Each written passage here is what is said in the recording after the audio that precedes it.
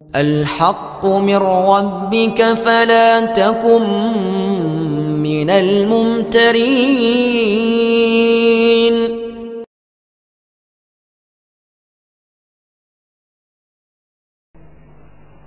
السلام عليكم ورحمة الله وبركاته. وعليكم السلام ورحمة الله وبركاته. بسم الله الرحمن الرحيم. الحمد لله رب العالمين، والصلاة والسلام على أشرف الأنبياء والمرسلين وعلى آله وأصحابه المجاهدين الطاهرين. Amma ba'du. Saudara-saudara kaum muslimin rahimakumullah. Pada pertemuan kali ini kita akan membicarakan sebuah hadis di mana baginda Nabi besar Muhammad sallallahu alaihi wasallam bersabda, "Qawamud dunya bi arba'ati asya." Dunia akan menjadi kuat, dunia akan menjadi tegak dan jaya kalau ditunjang oleh 4 perkara.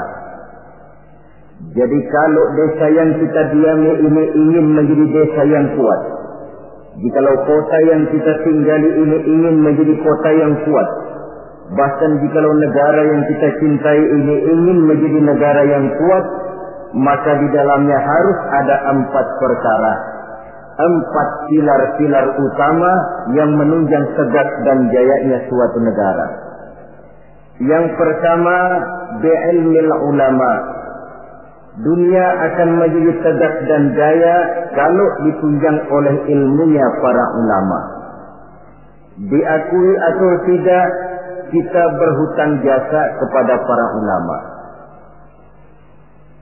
Kita belum pernah bertemu dengan baginda Rasul, belum pernah pula mendengar beliau membacakan wahyu. Kalau sekarang sedikit-sedikit kita kenal agama, mengerti halal dan haram, pandai memilah dan memilih antara yang hak dengan yang batil, tahu mana yang pantas dan mana pula yang tercela, kenal Allah adalah Tuhan kita, itu termasuk jasa dan perjuangannya para ulama yang dengan penuh ketekunan dan keikhlasan dari surau ke surau, dari masjid ke masjid, dari desa yang satu ke desa yang lain di daerah-daerah terpencil, naik bukit turun lembah, kehujanan dan kepanasan, tidak digaji, tidak pula mendapat beras, ikhlas karena panggilan jiwa, seluruhnya tidak lain karena tanggung jawab kepada umat. Maka ulama adalah penerus risalah. Lebih dari sekedar penerus risalah, ulama adalah pewaris para nabi. Bersabda Rasulullah sallallahu alaihi wasallam, "Al-ulama'u masabihul ardi wa khulafa'ul anbiya'i wa warathatul anbiya." Riwayat Ibnu Adi dari Imam Ali karramallahu wajhah. Artinya, para ulama adalah lampu yang menerangi bumi ini. Para ulama adalah pengganti para nabi-nabi. Para ulama adalah warisanku dan para ulama adalah warisan para nabi-nabi. Saudara-saudara muslimin rahimakumullah. Alangkah tingginya martabat ini. Alangkah luhur dan mulianya jabatan ini. Para ulama adalah pewaris para nabi. Tetapi jabatan yang tinggi, mulia dan luhur ini bukanlah satu jabatan yang tanpa resiko. Karena kalau ulama adalah pewaris para nabi, kita tahu dari sejarah kehidupan para nabi-nabi terdahulu, tidak ada seorang nabi pun yang perjalanannya dalam mengembangkan risalah lurus dan bertabur bunga di kanan kirinya. Mereka menghadapi berbagai macam rintangan, halangan, fitnahan dan sebagainya dalam rangka menegakkan risalah.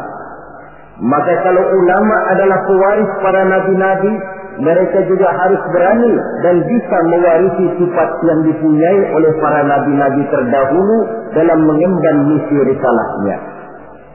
Kita tahu dari sejarah misalnya Nabi Zakaria dibunuh oleh karena tidak mau menghalalkan perkara yang telah diharamkan oleh Allah Subhanahu wa taala ketika dipaksakan oleh rajanya.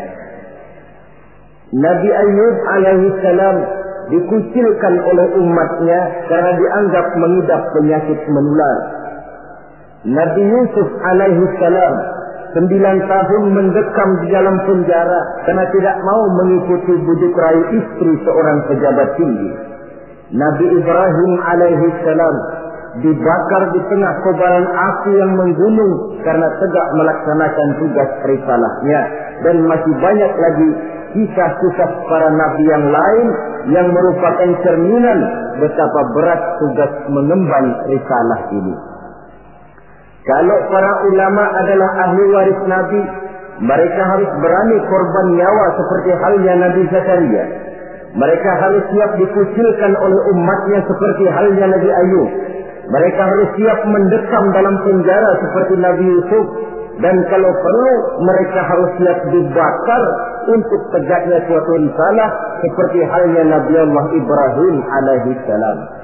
Jangan cuma sekedar bangga dengan gelar pewaris para nabi, tetapi akhlak dan perjuangan, tuntunan dan perbuatan malah bertentangan dengan apa yang dicontohkan oleh para nabi. Ini namanya ahli waris gadungan, atau cuma sekedar ngaku saja sebagai ahli waris, tetapi sama sekali tidak menjaga apa yang telah diwariskan oleh para anbiya tadi. Saudara-saudara kaum muslimin rahimakumullah, pindah dari contoh dari kehidupan para nabi, kita bisa juga mengambil contoh dari kehidupan para ulama-ulama terdahulu. Beberapa yang bisa kita angkat ke permukaan, misalnya sejarah kehidupan dari ulama yang saleh dan zuhud, Sa'id bin Zubair.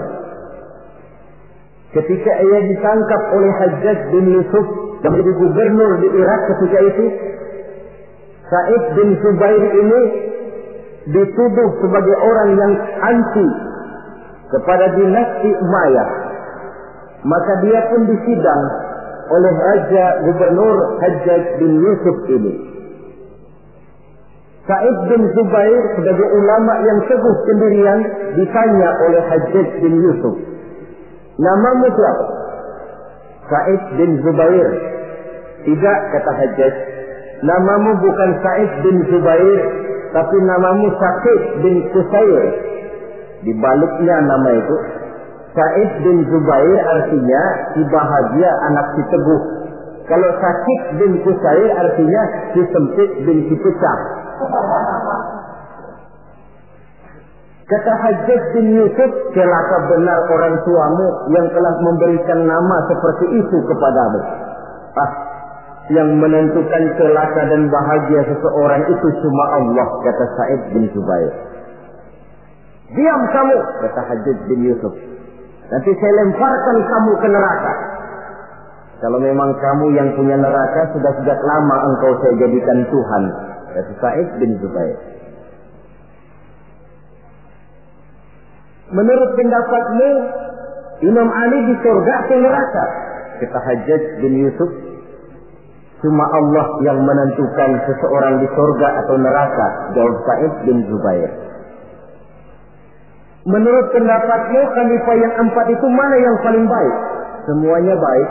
Saya menghormati orang-orang saleh yang benar-benar bertakwa kepada Allah Subhanahu wa taala." Merasa dengan cara kasar, Hajjaj bin Yusuf tidak sanggup mengubah prinsip dan pendirian Sa'id bin Zubair. Dirubahnya dengan cara yang halus. Ditawarkannya lah emas, intan dan berlian untuk Sa'id bin Zubair. Apa jawaban Sa'id? "Hai Hajjaj bin Yusuf, apakah harta benda yang engkau berikan kepada saya, emas, intan, berlian yang banyak ini, akan bisa menolak kesengsaraan akhirat? Apa artinya gelimangan materi ini kalau saya harus masuk ke dalam neraka?" Kata Hajjaj, "Tidakkah kau mau minta ampun kepada saya? Lebih baik saya mohon ampun kepada Allah." "Baik, kalau memang itu pilihanmu, kamu terpaksa saya bunuh. dibunuh pun keyakinannya tidak bergoyah. Ini contoh dari generasi terdahulu, seorang ulama yang saleh dan zuhud bernama Sa'id bin Zubair. Demikian juga Imam Malik, seorang imam mazhab. Pada satu saat beliau memberikan fatwa bahwa tolak dari seorang suami terhadap istrinya dalam keadaan dipaksa, maka tolaknya itu tidak sah. Begitu juga sumpahnya orang yang terpaksa, sumpahnya pun tidak sah. Yang jadi gubernur di kota Madinah pada waktu itu ialah Ja'far bin Sulaiman Al-Hashimi. Dia tidak senang kepada fatwa ini. Dimintanya Imam Malik untuk mencabut kembali fatwanya. Namun dengan tenang Imam Malik menjawab, saya tidak akan pernah mencabut fatwa yang saya yakin berdasarkan kepada Quran dan Sunnah ini. Apapun resiko yang saya hadapi, saya siap. Malah fatwa itu beliau sebarluaskan, akibatnya Imam Malik ditangkap. Kemudian dihukum berat, dicambuk 70 kali. Sampai pun dikala hendak ajal, bekas cambukan itu masih nampak di punggung beliau yang mulia ini. Saudara-saudara, ketika hal ini diadukan oleh khalifah kepada khalifah, yaitu Abu Mansur, maka Imam Malik dipanggil oleh beliau. Apakah kau ingin membalas perlakuan gubernur Madinah yang sewenang-wenang kepadamu? Jawab Imam Malik, saya tidak akan membalas. Begitu akhlak dari ulama yang teguh pendirian. Demikian juga Imam Ahmad bin Hanbal, yang karena teguh mempertahankan fatwa, prinsip dan pendiriannya, beliau mendekam dalam penjara bahkan sampai melampaui 3 masa kekhalifahan, sejak Al-Ma'mun, Al-Mu'tasim sampai Khalifah Al-Wasiq. Ada satu contoh lagi, Imam Nawawi rahimahullah.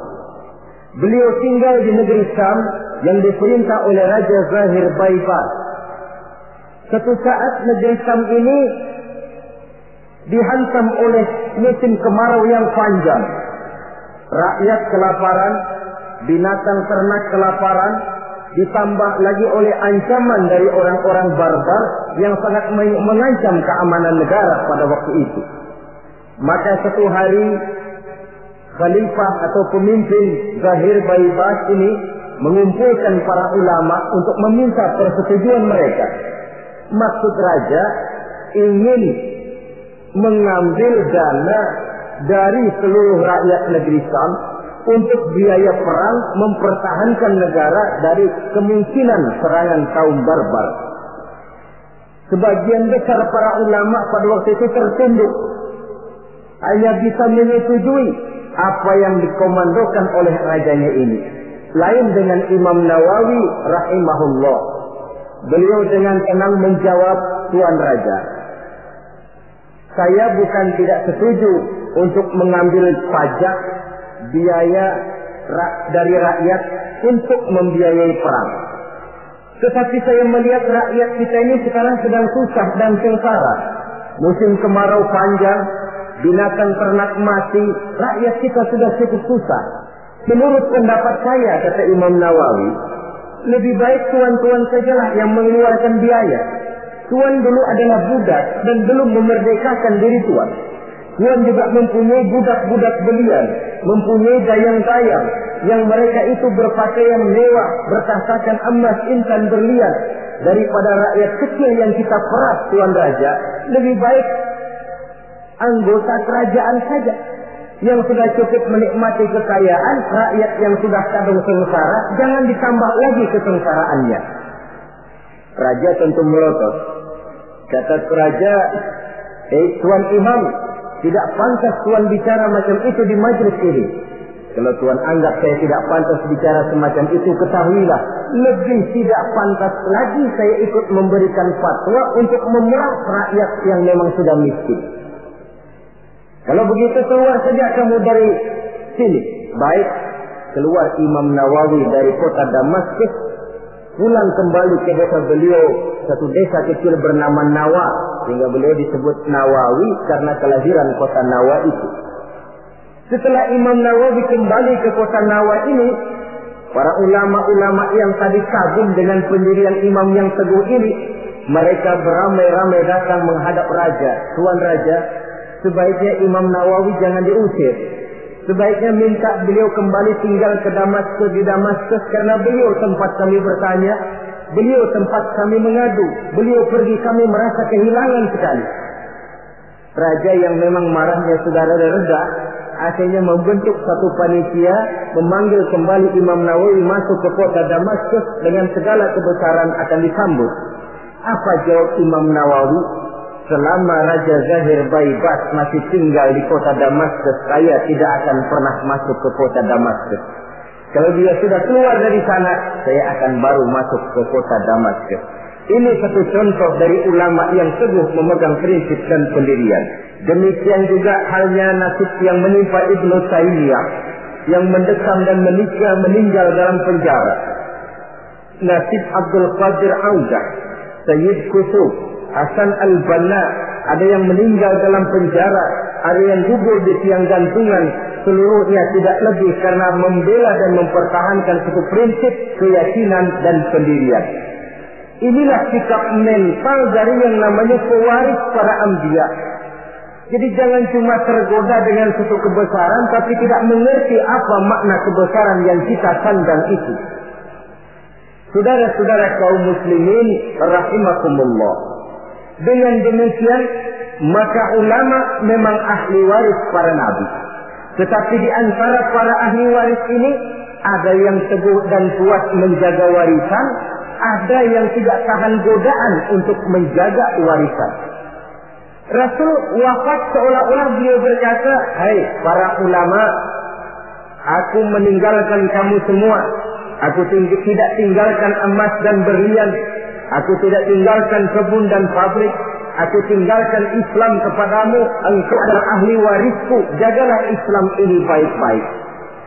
Tinggallah para ulama yang menjadi ahli waris Nabi. Ada di antara mereka yang teguh menjaga warisan. Walaupun lapar, walaupun haus, walaupun hidup serba miskin, mereka tidak akan pernah menjual warisan. Ulama inilah yang merupakan pewaris yang perlu kita ikuti. Walaupun seperti yang disabdakan Nabi, "Sayati ala ummati zamanun, al-qabidu ala dinihi kal-qabid ala jamrah." Akan datang satu zaman di tengah umatku, di mana pada zaman itu orang yang kuat dan teguh memegang agama seperti memegang bara di tangan. Dipegang, tangan terbakar, dilepas bara terbuang. Ulama yang teguh menjaga warisan Nabi tidak goyah prinsip keyakinan dan pendiriannya bagaimanapun panasnya dia memegang agama.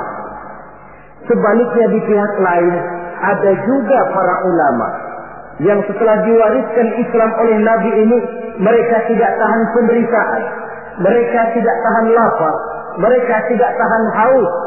Daripada tidak punya apa-apa, kan lebih baik punya apa-apa. Daripada kelaparan, kan lebih baik kenyang. Ini ada warisan Nabi bernama Islam, jual saja warisan ini. Maka dijualnya warisan tadi. Turunlah dia dari pewaris Nabi menjadi bekas pewaris dari para nabi-nabi.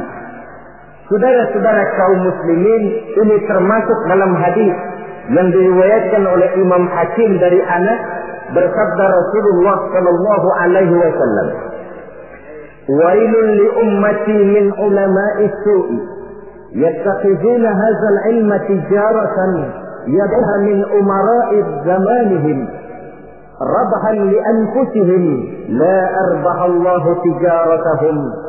Celakalah umatku akibat tingkah laku ulama-ulama yang jahat. Kenapa?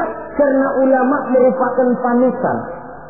Kalau seorang yang biasa berbuat salah, salahnya barangkali hanya menjerumuskan dirinya sendiri, paling-paling keluarganya. Tapi kalau seorang ulama salah, sedangkan di masyarakat dia menjadi panutan dan contoh, kesalahannya akan menjerumuskan puluhan, ratusan, ribuan, bahkan mungkin jutaan umat yang mendengar fatwa dan nasihat-nasihatnya. Jika kalau Nabi mengatakan wailun li ummati min ulama'is su, celaka umatku akibat tingkah laku ulama yang jahat perangainya ini. Bagaimana tingkah laku mereka? Kata Nabi, yattaqizuna hadzal ilma tijaratan yabi'unaha min umara'i zamanihim.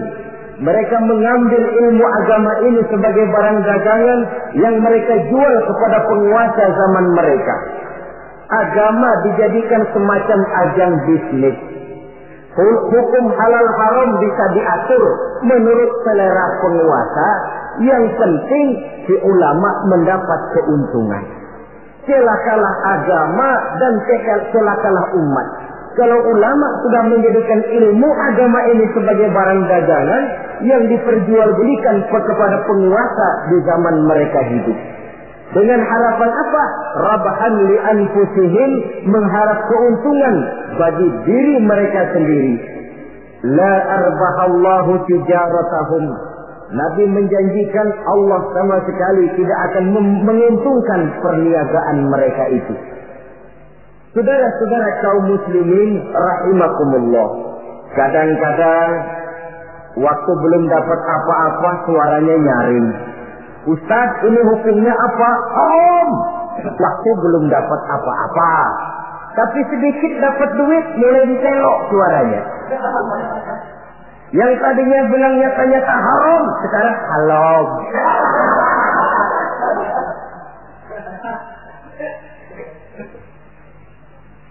Karena itu dalam Islam, kita ini bukan diperintah untuk berkata keras, tetapi diperintah untuk berkata benar. Qaulan sadida ay qaulan haqqa. Apa bedanya keras dengan benar? Keras belum tentu benar. Tapi untuk menyampaikan kebenaran, kadang-kadang memang perlu sedikit keras. Pak Ustaz, ini hukumnya apa? Haram. Alah, sudahlah. 1 juta. Haram dikit dah. Haram dikit. Kalau 2 juta dikasih, bisa jadi halal itu. Itu keras tapi tidak benar. Yang dimaksud ucapan yang benar, ini hukumnya apa Pak? Haram. Bagaimana kalau 1 juta? 2 juta juga haram. Sekali haram, selamanya tetap haram. Itu ucapan yang benar, bukan cuma sekedar keras tapi macam kerupuk. Sedikit kehujanan sudah kerepek-kerepek enggak keluar. Saudara-saudara kaum muslimin rahimakumullah. Karena ulama adalah penerus risalah, karena ulama adalah pewaris para nabi, maka kesalahan para ulama mempunyai dampak dan resiko yang sangat besar, sebab kesalahan itu akan diikuti oleh umat. Jika benar kalau dikatakan wailun li ummati min ulama'is su, celaka umatku akibat tingkah pola dari ulama-ulama yang jahat ini. Malu kita kalau bercermin dari kepribadian macam ulama Sa'id bin Jubair. Malu kita kalau mencontoh kepada Imam Malik, kepada Imam Ahmad bin Hanbal, kepada Imam Nawawi. Maka membaca sejarahnya Ibnu Taimiyah, Abdul Qadir Audah, Sayyid Qutb, Hasan al-Banna dan para ulama-ulama terdahulu yang mereka menghadapi dinding penjara, mereka menghadapi caci maki dan pengusilan, bahkan mereka menghadapi tiang gantungan karena teguh mempertahankan keyakinan dari agama yang dianutnya ini. Maka kepada adik-adik saya para santri di pondok-pondok pesantren, kepada sahabat-sahabat yang tengah menekuni dan mendalami agama, yang pada waktunya akan menerima estafet meneruskan perjuangan para ulama, siapkan mental bahwa menjadi pewaris para nabi artinya menjadi manusia yang satu saat siap untuk susah, siap untuk melarat, siap berhadapan dengan caci maki umat, siap untuk dikucilkan, siap mendekap di dalam penjara, bahkan siap menghadapi tiang gantungan. Tidak ada hidup yang lebih indah selain karena hidup untuk satu keyakinan. Tidak ada perjuangan yang lebih indah selain perjuangan untuk membela dan mempertahankan satu keyakinan. Dan tidak ada mati yang lebih indah selain mati untuk satu keyakinan. Saudara-saudara kaum muslimin rahimakumullah, saya kembali kepada pokok persoalan. Sebagai pewaris para nabi, memang ini merupakan satu kehormatan yang mulia dan terpuji, tapi bukannya tanpa resiko. Jadilah para pewaris yang teguh memegang warisan, dan jangan menjadi ahli waris yang karena berbagai godaan lalu menjual warisan tadi, sehingga kita termasuk bukan lagi sebagai ahli waris, tetapi sudah bekas dari ahli waris. Pantas kalau Al-Imam Al-Ghazali rahimahullah di dalam Ihya-nya beliau menjelaskan bahwa pada dasarnya ulama itu dua macam. Pertama, oleh beliau dinamakan ulama akhirat. Yang ciri-cirinya, pertama, mereka itu mengajak manusia ila tauhid, mengajak manusia dari kemusyrikan kepada tauhid, dari ketergantungan kepada benda menjadi orang yang hanya bergantung kepada Allah. Yang kedua, mereka mengajak manusia minar rughdi ila zuhdi, dari tamak dan rakus kepada dunia menjadi sikap zuhud. Yang ketiga, mereka mengajak manusia minar riya ila ikhlas, dari penyakit riya kepada sifat terpuji yang bernama ikhlas.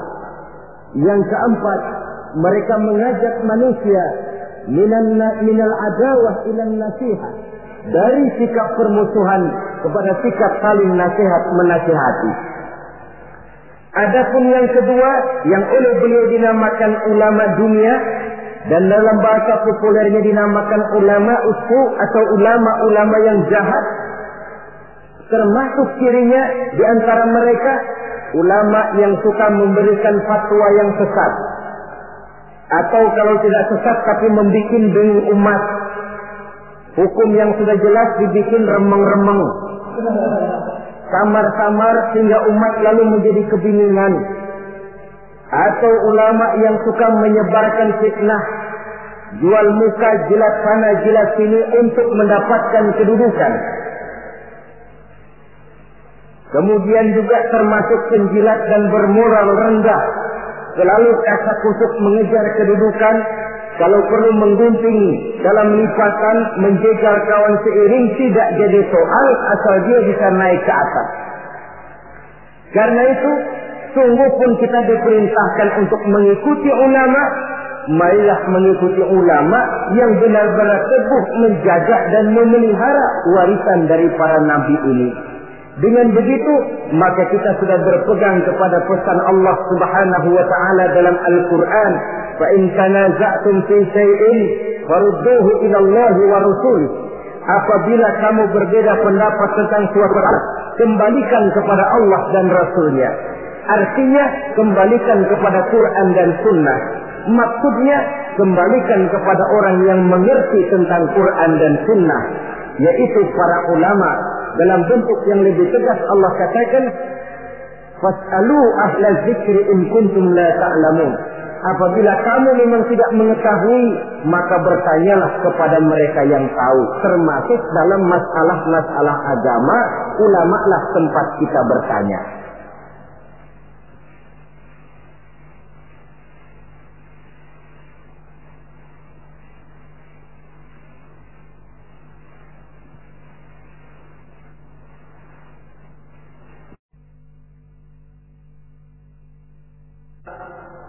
Saudara-saudara kaum muslimin rahimakumullah, mengambil hukum langsung dari Quran dan Sunnah sepenuhnya tidak dilarang, asal saja orang tahu diri. Tahu diri macam mana? Kalau saudara dari Jakarta akan berangkat ke Surabaya, mobil punya, mesin ngerti, SIM STN komplit, peraturan lalu lintas tahu, jalanan Jakarta Surabaya pun hafal, silahkanlah berangkat sendiri, insya Allah selamat. Tapi kalau saudara mobil saja tidak punya, peraturan lalu lintas pun tidak tahu, jalanan Jakarta ke Surabaya lewat mana saudara sepenuhnya juga tidak tahu, saya yakin lebih aman kalau saudara naik kereta. Ikut masinis yang memang Jakarta Surabaya sudah jalanannya tiap hari. Itu sebabnya seorang ulama besar macam Imam Nawawi rahimahullah, ketika satu hari seorang santrinya datang, kata santrinya ini, kenapa? Tuan ini allamah, bahrul ulum, lautan ilmu, hafaz Quran, hafaz ribuan hadis, mengarang kitab-kitab besar. Kenapa tidak bikin mazhab sendiri saja? Imam Nawawi dengan penuh tawadhu menjawab, maaf, saya lebih aman ikut kepada Imam Syafi'i. Yang hafaz Quran, yang hafaz ribuan hadis, yang mengarang kitab-kitab besar, masih merasa dirinya lebih aman mengikuti Imam Syafi'i. Ini akhlak.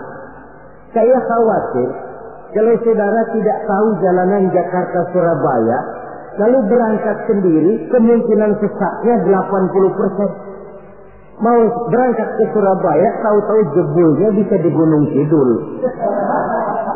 Kalau cuma sekedar saudara yang sesat, barangkali resikonya pribadi. Tapi untuk menyesatkan orang, inilah yang jadi masalah. Kita di awal tadi saya katakan belum pernah bertemu Rasul. Kalau saya ditanya orang, Dara Zainuddin, kau sholat menurut cara apa? Saya jawab cara yang diajarkan oleh guru saya. Gurumu? Ya dari gurunya. Gurunya dari gurunya lagi. Terus sambung menyambung sampai kepada Imam Syafi'i. Imam Syafi'i dari mana? Dari gurunya. Imam Malik atau Imam Waqi'. Imam Malik dari gurunya, dari gurunya, dari gurunya sampai kepada tabi'ut tabi'in.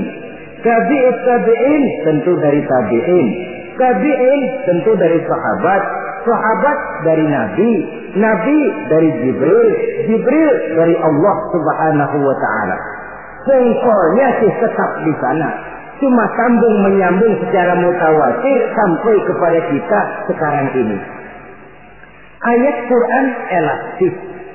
Dibawa kemanapun dia mau, tergantung niat baik dari orang yang mentafsirkannya.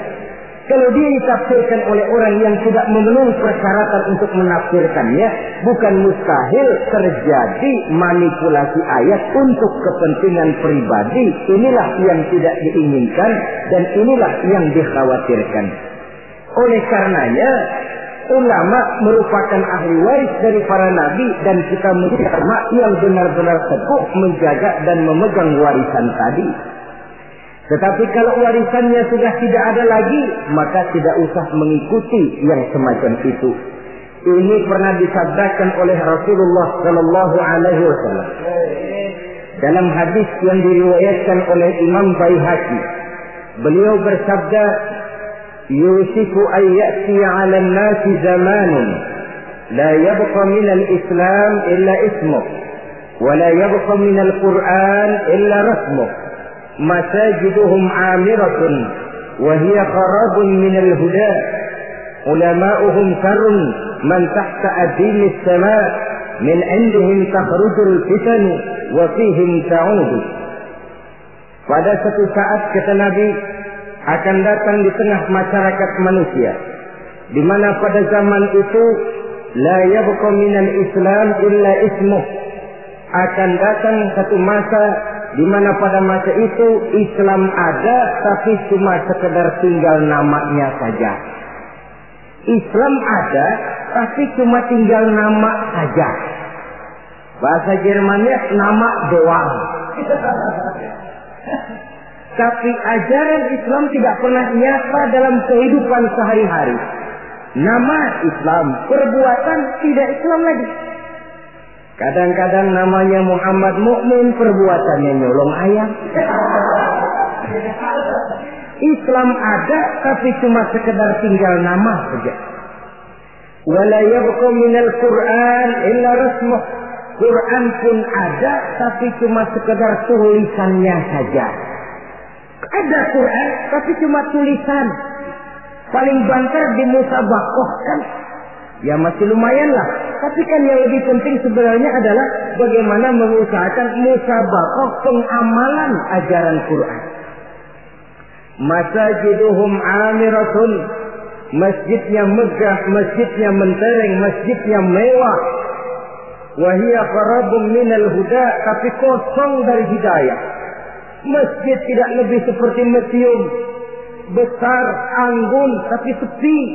Tempat menyimpan benda-benda kuno. Itu nasib masjid di zaman itu. Di mana Islam cuma tinggal nama, Quran cuma tinggal tulisan, masjid besar, tapi ajaran Islam tidak terpancar dari sana. Masjid yang besar nasibnya bak museum saja. Tidak lagi berfungsi seperti masjid di zaman Rasul. Di zaman baginda Rasul, di masjid beliau mengajar umat, di masjid beliau bermusyawarah, di masjid beliau mengatur negara, di masjid beliau mengatur strategi perang. Masjid merupakan pusat kegiatan umat. Suatu zaman nanti kata Nabi akan datang di mana masjid ada, besar, megah, dibangun dengan biaya besar, tapi kosong dari hidayah. Tidak ada lagi nur ilahi yang terpancar di dalamnya. Na'udzubillah. Di zaman itu ulama'uhum syarrun man tahta azimis sama. Ulama-ulama mereka adalah yang terjahat yang ada di bawah kolong langit ini. Min indihim takhrujul fitani wa fihim ta'ud. Dari mulut mereka keluar fitnah dan akibatnya kepada mereka juga fitnah itu kembali. Inilah satu zaman yang kita khawatir dan kita berlindung kepada Allah jangan menemui masa semacam itu. Saudara, orang-orang yang anti-Islam sekarang ini, mereka tidak mungkin menghantam Islam dengan mengirim satuan militer. Kita dengan strategi sekali. Caranya bagaimana? Pertama, pisahkan umat dari ulamanya. Kalau itu berhasil, tanamkan keraguan kepada sunnah. Kalau itu pun sukses, mereka masuk kepada tujuan yang paling inti, tanamkan keraguan kepada Quran. Disadari atau tidak, diakui atau tidak, tiga sistematik ini secara bertahap mulai diterapkan orang di tengah kehidupan kita.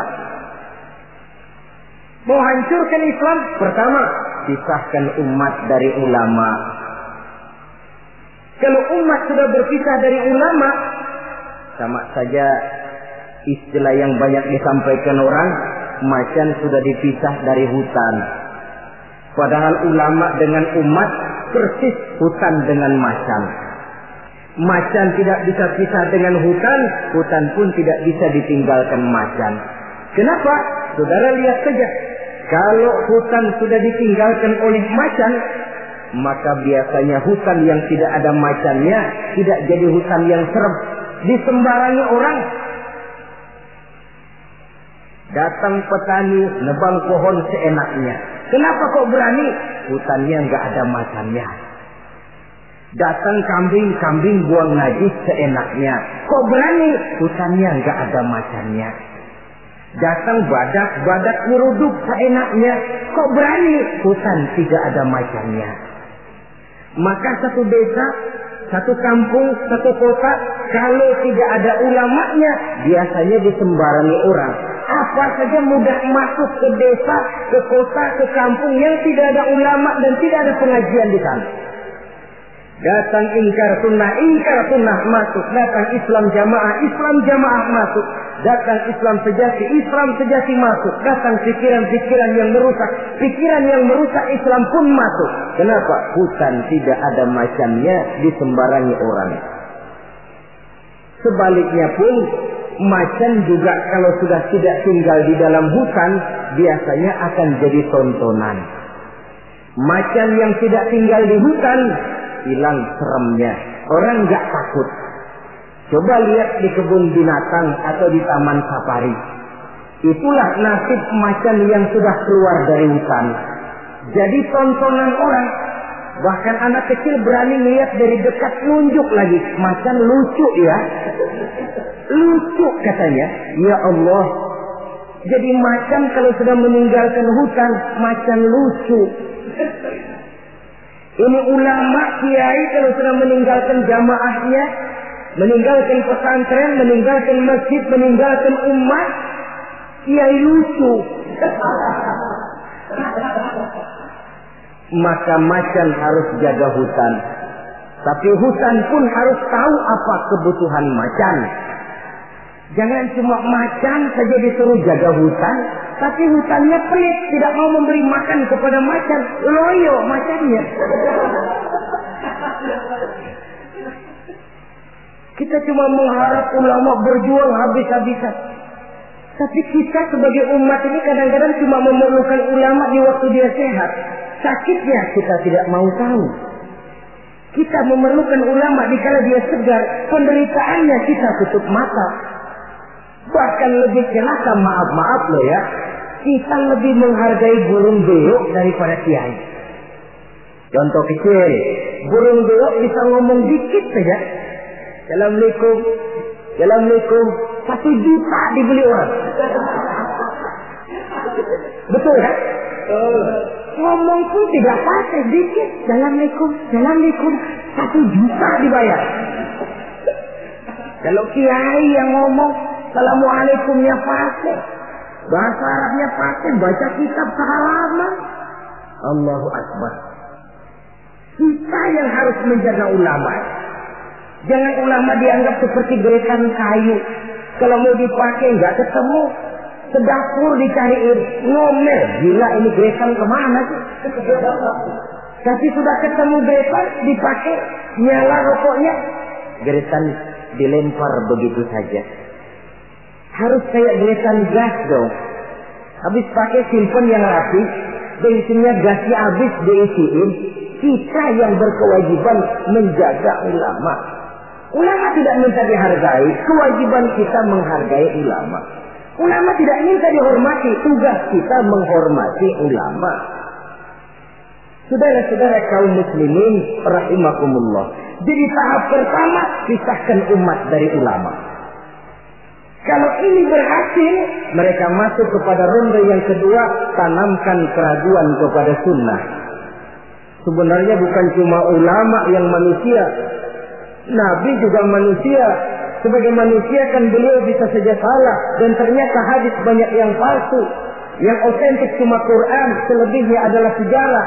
Karena itu Quran saja, sunnah tidak ada. Dan ingkar sunnah ini bukan soal baru. Di akhir Khawarij, masa Khawarij sudah ada orang-orang yang ingkar sunnah. Sama saja dengan orang yang ibu jari, jempolnya ini luka, lalu berpikir daripada jempol luka, lebih baik tangan kita ini dipotong saja, nanti kan jempolnya nggak sakit. Memang jempolnya nggak sakit, kenapa? Sebab nggak punya tangan.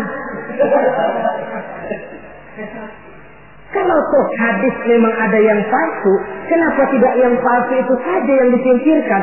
Kan masih banyak hadis yang sahih, hasan, dan lain sebagainya. Itu perlunya ilmu mustalahul hadis. Saudara-saudara kaum muslimin rahimakumullah. Kalau ini pun berhasil, mereka akan masuk kepada yang paling target utama, menanamkan keraguan kepada Al-Quranul Karim. Ini Quran lahir 14 abad yang lalu dan berhasil menjawab tantangan zaman itu. Ini namanya pola pikir yang kata mereka dialektika historis, berpikir menurut dialeknya sejarah. Sekarang adalah abad neutron, abad challenger, abad komputer. Masih mampukah Quran yang lahir di zaman onta menjawab tantangan zaman ini? Ditanamkan keraguan kepada sunnah. Mereka cari ayat-ayat, spesialisnya mencari ayat-ayat untuk menghantam kelemahan kita itu sendiri. Saudara-saudara, sistematiknya begitu. Dipisahkan kita dari ulama, ditanamkan keraguan kepada sunnah, dan klimaks paling puncak ditanamkan keraguan kepada Al-Quranul Karim. Nah, masalahnya sekarang tentang kita dan ulama. Orang makin mengakui bahwa ulama sekarang ini sudah merupakan jenis makhluk langka. Bahkan barangkali sudah harus dilindungi dari kepunahan. Kenapa ulama makin langka? Pertama, ulama ini, orang jadi ulama itu bukan dapat SK dari pemerintah atau aparat-aparatnya, tidak. Ulama itu lahir karena legitimasi umat, pengakuan umat. Ilmunya diakui, akhlak, ibadah dan perjuangannya jadi panutan, umat lalu memberikan gelar kiai, ulama. Oleh karena itu dia dikatakan pemimpin non formal. SK-nya di tangan umat, maka tidak kenal pensiun. Apa pernah saudara dengar ada pensiunan kiai? Anu loh Pak, dia itu dulunya kiai besar, sekarang sudah pensiun. Kalau yang pejabat mantan itu banyak, mantan camat, mantan gubernur, mantan menteri, tapi mantan ulama, na'udzubillah. Sebab kalau sudah soal mantan, soal bekas, mending bekas maling loh daripada bekas kiai. Sebab apa? Bekas maling ada harapan jadi ustaz. Tapi bekas kiai, jangan-jangan maling itu. SK-nya di tangan umat. Karena itu akar seorang ulama, akar seorang kiai ke bawah, bukan ke atas. Kalau kerjanya cuma menjilat ke atas, ke bawah dilupakan, satu-satu dia tidak akan terpakai. Yang celaka, di atas tidak bergantung, ke bawah tidak berakar. Loyalitas seorang ulama, titik berat perjuangan ulama, ke umat, bukan ke atas. Kalau ke atas targetnya, dia bisa pensiun. Kalau pensiun datang, sedangkan umat sudah kadang mencorengnya, itu namanya ke atas tidak bergantung, ke bawah tidak berakar. Jadilah si ulama eceng gondok. Tahu eceng gondok? Tanaman yang tidak, ya walaupun ada akarnya tapi ngambang. Kemana dia mengalir? Kemana dia bergerak? Ya kemana air mengalir. Air ngalor, air ngidul. Tidak punya satu prinsip yang teguh. Kemana air bergerak, ke sana dia pergi. Itulah sebabnya sulit sekali langkah ulama itu, karena seleksi umat, seleksi sosial ini ketat. Saudara hadirin yang saya hormati,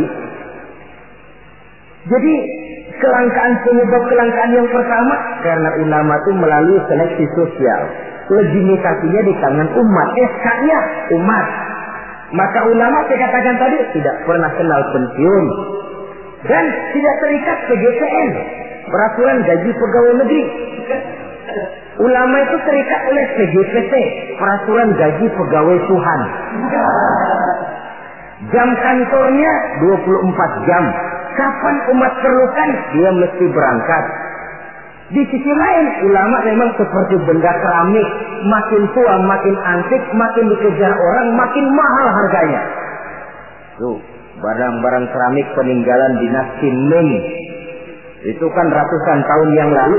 Makin tua, makin dikejar dan diburu orang, makin mahal harganya. Saudara-saudara kaum muslimin rahimakumullah. Yang kedua memang kurangnya minat orang untuk belajar agama. Pendidikan agama di mata umat Islam anak tiri. Orang tua muslim tidak bangga memasukkan anaknya ke madrasah, ke pondok-pondok pesantren atau ke sekolah-sekolah yang bernafaskan agama. Nasib madrasah, pesantren, anak tiri. Kadang-kadang yang lebih parah, pesantren dianggap penampungan anak nakal. Kalau anaknya udah sangar, tukang berantem, sudah kirim ke pondok saja kali jadi baik. Kirim ke pondok. Kayaknya pondok cuma penampungan anak-anak nakal saja. Ada kesan anak tiri kan tidak bangga anak masuk madrasah. Latar belakangnya apa? Latar belakangnya karena pemikiran perut. Sekolah sama dengan ijazah, ijazah sama dengan lapangan kerja. Kalau tidak jadi pegawai negeri, mati. Pola pemikiran perut. Timbul masalah.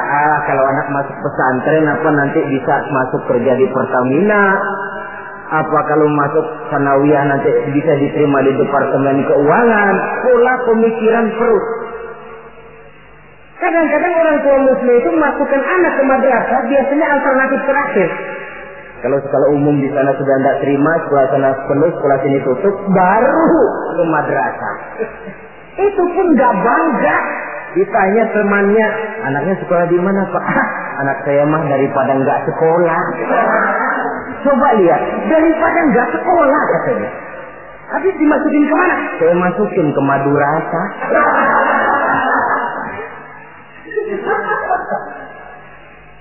Padahal satu hadis Nabi pernah memberikan gambaran. Inna Allah la yaqbidul ilma intiza'an yantazi'uhu min suduril ibad, walakin yaqbidul ilma biqabdil ulama. Allah Subhanahu wa ta'ala menarik ilmu pengetahuan tidak dengan mencabutnya dari hati seorang hamba, tapi Allah menarik ilmu pengetahuan dengan jalan mewafatkan ulama. Dan kenyataan mengajarkan kalau lurah mati, hari ini dia mati, besok naik gantinya. Camat meninggal, lusa dilantik gantinya. Jenderal wafat, tahun depan minggu depan naik gantinya. Tapi kalau sudah kiai wafat, ulama meninggal, 5, 10, 15, 20 tahun yang akan datang, belum tentu akan muncul gantinya. Saudara-saudara kaum muslimin rahimakumullah, dua penyebab ini yang menyebabkan langkahnya ulama. Di antara yang langka itu pun lebih langka lagi yang teguh dan kuat memegang warisan. Oleh karenanya kita mempunyai pengharapan yang besar. Apalagi seorang ulama tidak mutlak harus muncul dari pondok pesantren. Mungkin saja dari perguruan tinggi umum yang diimbangi dengan mengaji, mendalami kitab-kitab agama dari ulama-ulama terkemuka, hingga dia bisa memadukan antara kemampuan intelektualnya dengan bimbingan keagamaan, berpadu nur ilahi dengan kemajuan sains, menjadi teknokrat yang berjiwa agama dan berilmu agama. Saudara-saudara kaum muslimin rahimakumullah, sama saja saudara punya gelas satu lotin, 2 hari sekali pecah satu, lama-lama kan habis. Saudara tidak usah bingung kalau pabriknya mesti terus bikin gelas. Sebaliknya, saudara punya gelas satu gudang, 1 hari sekali pecah satu, lama-lama habis kan. Pabriknya sudah kadang berhenti bikin gelas. Begitu gelas saudara habis, pabriknya berhenti bikin gelas. Kira-kira di mana kita minum? Bisa pakai tangan, bisa dibatok, bisa pakai daun lah. Ulama wafat, kita sedih. Tapi tidak usah bingung kalau pabrik yang bikin ulama itu masih jalan terus. Apakah itu majelis taklim, pondok-pondok pesantren, pembinaan keagamaan secara intensif. Karena memang makin ke depan tantangan ini makin tidak ringan. Diperlukan ulama-ulama yang sanggup menjawab tantangan zamannya, karena menyampaikan Islam berarti memberikan jawaban Islam terhadap masalah-masalah kehidupan. Saudara-saudara kaum muslimin rahimakumullah, sebuah riwayat ingin saya sampaikan menutup uraian yang singkat ini. Di zaman Bani Israel hiduplah 7 orang ulama yang masih muda-muda. 7 orang ulama yang masih muda ini mereka teguh dan kuat memegang agamanya, walaupun mereka tinggal di masa pemerintahan yang zalim dan memusuhi mereka. Mereka tidak goyah barang sedikit pun. Kemana ulama yang 7 orang ini pergi dakwah, mereka dicaci maki, dikejar-kejar, difitnah. Nah, ulama yang 7 orang ini diikuti dengan setia oleh seekor anjing. Kemana ulama yang 7 pergi dakwah, anjing ikut. Ulama yang 7 orang dikejar-kejar, anjing diuber-uber. Ulama yang 7 orang dicaci maki, anjing diomelin. Ulama yang 7 orang dilontari dengan batu, anjing pun disambitin dengan batu sampai patah kaki depannya si anjing karena setia mengikuti ulama yang 7 orang itu. Akhirnya 7 orang ulama dan seekor anjing ini mereka uzlah, sembunyi dan nyepi dalam sebuah gua. Mereka tidur di dalam gua itu 309 tahun lamanya, yang dikenal dalam Al-Quran dengan peristiwa Ashabul Kahfi.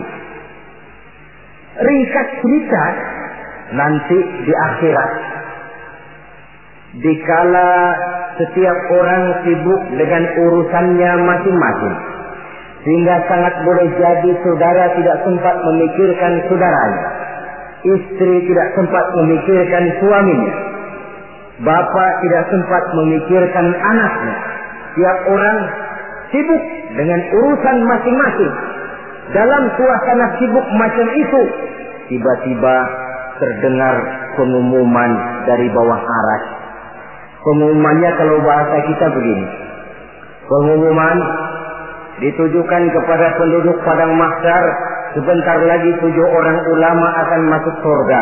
Hadirin diminta supaya berdiri. Kagum penduduk mahsyar, Masya Allah, siapa orangnya?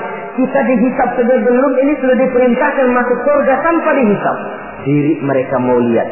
Rupanya 7 orang ulama itu, seorang demi seorang, 1, 2, 3, 4, 5, 6, 7. Sudah 7 dikira selesai. Paling belakang anjing, rucuk. Mau masuk ke surga. Sampai di pintu surga ditutup. Mau kemana anjing? Ke surga, Pak. Enggak boleh. Pokoknya saya mau ke surga. Pokoknya enggak boleh. Kalau enggak boleh saya minta diadili, Pak. Apa sebabnya enggak boleh? Diadili? Iya, Pak. Baik. Dibuka pengadilan darurat. Karena memang di surga itu adil. Di dunia ini pengadilan banyak, keadilan susah. Saudara-saudara, diadili si anjing. Hasil pengadilan memutuskan anjing tidak berhak masuk surga. Naik banding. Anjing, kenapa kamu merasa berhak masuk surga? Saya, Pak, waktu di dunia setia mengikuti ulama yang 7 orang itu, Pak. Kemana mereka pergi dakwah saya ikut. Mereka dikasih maki, saya diomeli. Mereka dikejar-kejar. Ini kaki depan saya patah ngikutin dia tuh, Pak. Masa mereka enak-enakan ke surga, saya ditinggal di sini, saya menuntut keadilan. Akhirnya turun perintah Allah. Ridwan, adkhilhul jannah. Ridwan, masukkan si anjing ke dalam surga. Perintah dari Allah. Jadi di antara binatang yang masuk surga itu nanti, selain ontaknya Nabi Soleh, semutnya Nabi Sulaiman, hudhudnya Sulaiman, termasuk anjingnya Ashabul Kahfi. Logikanya, kalau anjing saja setia ikut ulama bisa sampai ke surga, dia masa iya manusia ikut ulama tidak masuk surga? Oke. Asal ikutnya betul-betul ikut, yang diikuti betul-betul ulama. Kalau ikutnya ikut-ikutan, yang diikuti pun ulama-ulamaan, saya takut nanti dapat surga-surgaan.